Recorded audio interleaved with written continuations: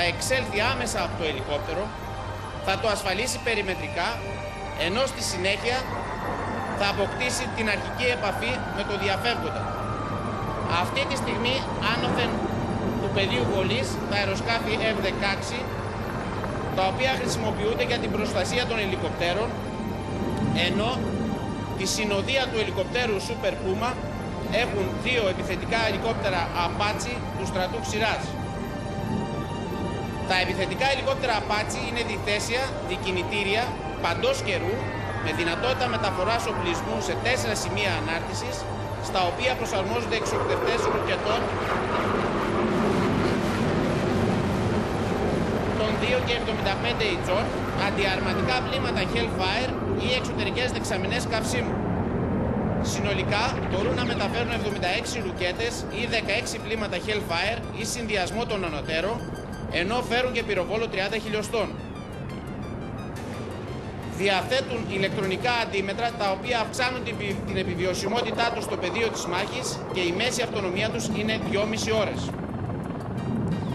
Η διάσωση του χειριστή εξελίσσεται ταχύτατα και ο διαφεύγων, μετά την αναγνώρισή του από την ομάδα των ανδρών της 31ης μοίρας ειδικών επιχειρήσεων, θα κινηθεί προς το ελικόπτερο.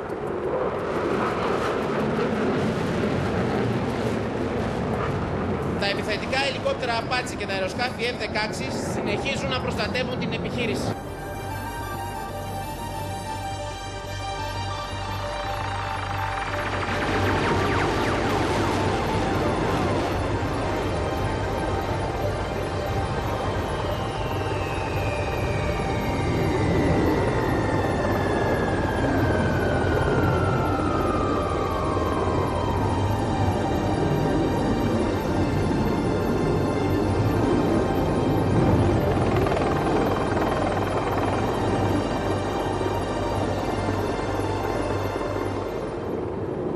Η ομάδα των ανδρών της 31ης μοίρας ειδικών επιχειρήσεων της πολεμικής αεροπορίας έχει εκπαιδευτεί ειδικά για την παροχή βοήθειας για την εκτέλεση αποστολών σε εχθρικό έδαφος.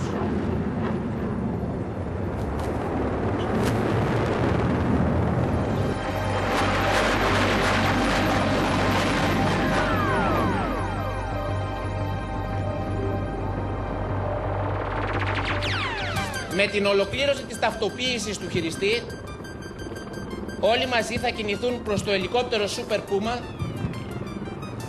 και στη συνέχεια θα απομακρυνθούν από το πεδίο της μάχης. Διαφεύγοντα και στη συνέχεια θα ακολουθήσουν τα επιθετικά ελικόπτερα Apache, ενώ τέλος θα αποχωρήσουν τα αεροσκάφη F-16 ελισσόμενα, έτσι ώστε να αποφεύγουν αντιαεροπορικές βολές του εχθρού της βάρος τους.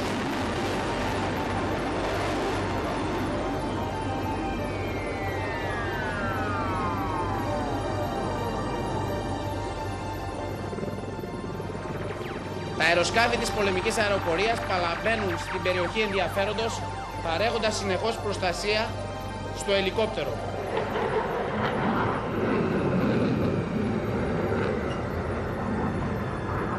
Παρακολουθείτε την απομάκρυνση του ελικοπτέρου Super Puma, το οποίο συνοδεύεται από τα επιθετικά ελικόπτερα Apache.